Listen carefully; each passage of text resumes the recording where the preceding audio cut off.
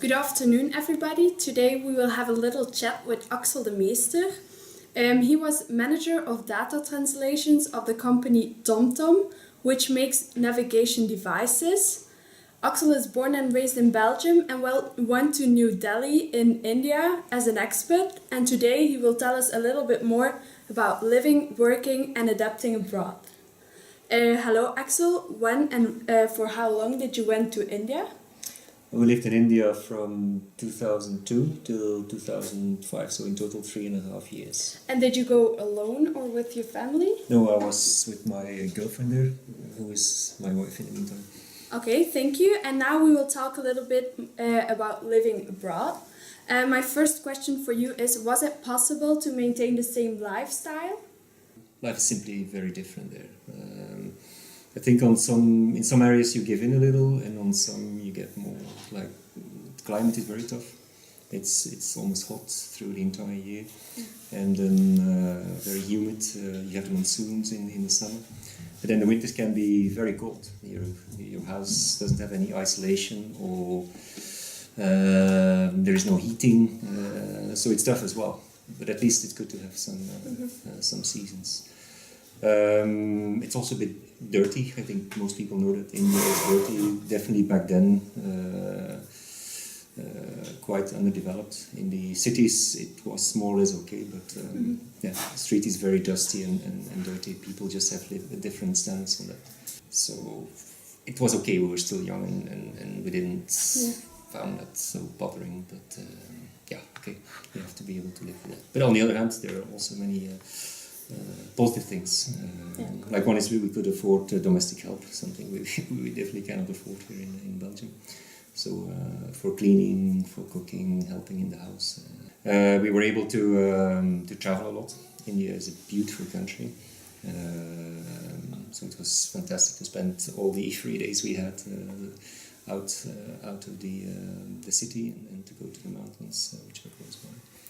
So very different way of living, but we definitely didn't enjoy it. Yeah, absolutely.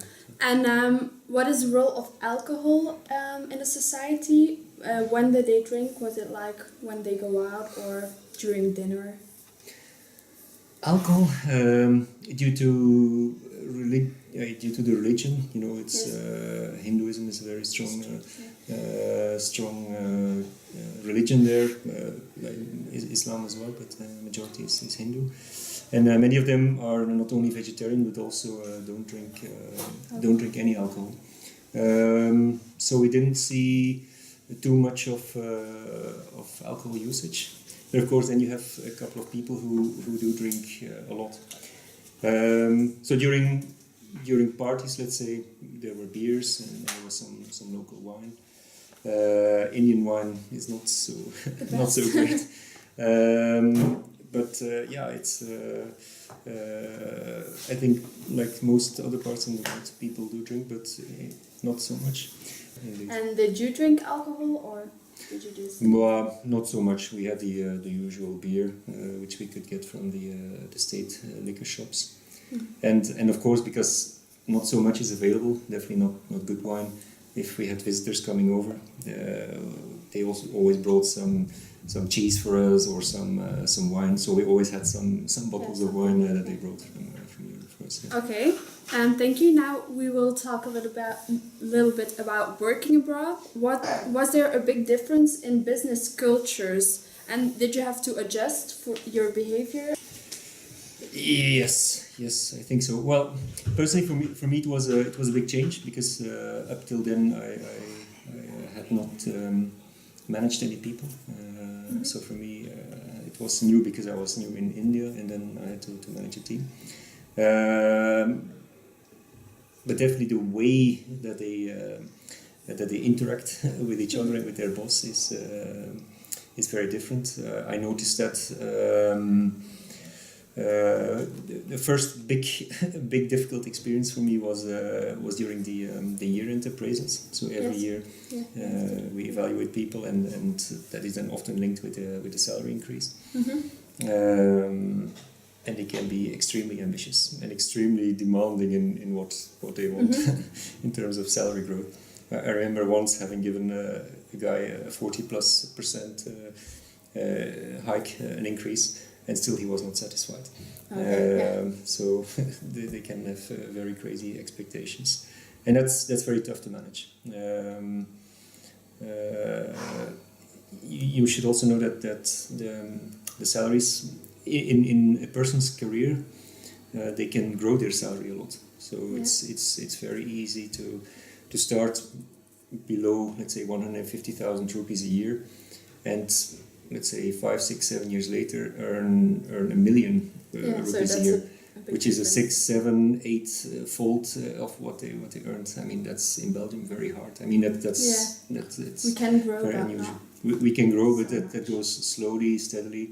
But in their case, it can really go in big steps, and that makes them very ambitious, sometimes over-ambitious. There's a lot of competition, of course. There are many people. Yeah, but that's the same as in Belgium. No, Or because even well, more.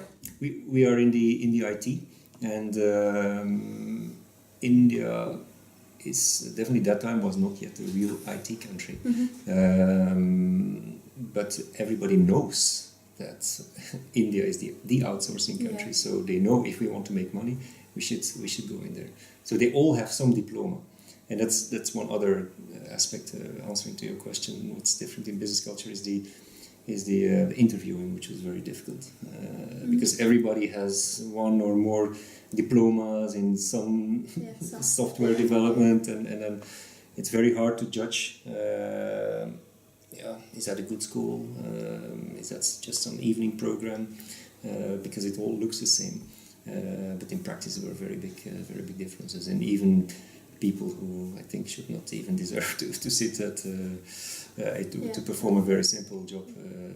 They had enough bravura to just come in and tell them they were the best and the brightest. That happens. You also said it was a new function you did, Mm-hmm. so you had to manage people. Did you like it, or did you say like? No. I very much enjoyed it. Absolutely. Yeah. Because people are motivated, and you play as an expat. I think you play an important role because you do not only manage those people, but you're also the interface to the rest of the company, which in my case is the right, what you would call the home office here in Belgium, and so for them you're important because you know that you translate more or less what they do, and with translating I don't mean from Hindi to English or from English to Dutch. I really mean what they mean, but they may not be very well able to express to what the people in the home office mean, and vice versa too. It's not because people understand each other in English that they really understand what what they mean. You know, the typical Hindi thing, which means yes. Yeah, people here, they don't know what it exactly means, right? So you need to explain that to them, and it takes a while before you really understand what they mean with this, or if they say even when they say yes, I understood, it does not necessarily mean, because in their culture it's not really common to acknowledge that they did not understand. So I really had to tell them like, hey, do you really understand, or explain me what you have understood, and then you can find out if they really understood, because they tend to think very hierarchically, right? So you're the boss, and whatever the boss says, it's true. It's yes. So they will always say yes, or rather do like this, and that's something I really had to teach them. Say, hey, dare to say no to your boss, and dare to challenge him, and that was difficult. But okay, after a while, after repeating enough, that works. That got better. Yeah. Okay. To finish, I would love to talk about adapting abroad. And what was the most shocking or eye-opening thing you saw? Shocking. If you don't necessarily talk about business, a very shocking image I remember is a policeman beating a person from whom he wanted information. So we were on the countryside, and we reported the theft, and police came, and they still have the wooden sticks, and Yeah. they started beating an old guy, even though the policeman knew the old guy hadn't done, but he was Yeah. kind of the chief of the village. And then both my wife and I were very shocked, and we didn't know what to do. Yeah. And then after a while, that guy he told the officer who had done it and everything. Yeah, it was, Yeah, but of course. that was very shocking. Yeah, I can believe it. Now my last question for you: if you could give people an advice, what would it be? Advice for going abroad? Yeah, if you, Oh. what would it be? I would say not too much doubt it, just do it. I mean, there are always some reasons why you would not go. There's also always something like, I don't know how it will be, and maybe let me not go. Don't think about those things. Just go, and I'm sure in 99% of the case it will be a very positive adventure and indeed a good experience. Yeah. Okay. Thank you very much for your time, and I wish you all the best. Thank you. in the You too. future. Mm-hmm. Thank you very much.